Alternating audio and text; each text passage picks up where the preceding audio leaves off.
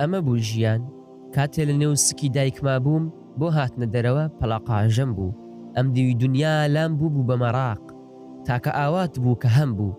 ئەوە بوو هاتمە دەر و چاوم بە دنیا هەڵهێنا. دنیا چ دنیا بینیم کە تەنها منم پەلەقاژەمە بۆ هاتنە نێو ژیان.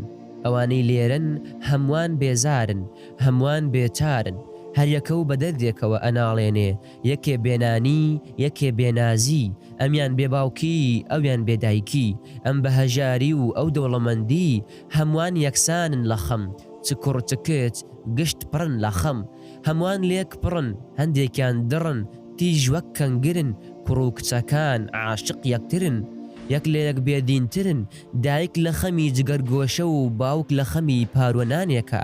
کە هاتمە دەرێ بینیم دەوڵەمەند ئاوات بە هەژاری ئەخوازێ و هەژاریش بە دەوڵەمەندی، منداڵێک بە گەورەیی و گەورەیەک بە منداڵی، سینگڵێک بە ژنداری و ژندارێک بە سینگڵی.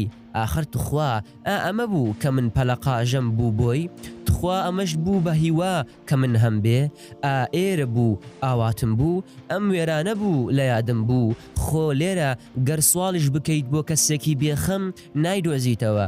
خۆ ئەم دنیاە گەر تۆی تێدا نەبوویتایە ئەی خودایە هیچ مانایەکی نەئەبوو. ئەوە تەنها تۆی وا مانایەکت بەخشی و بە ئەم ژیانە.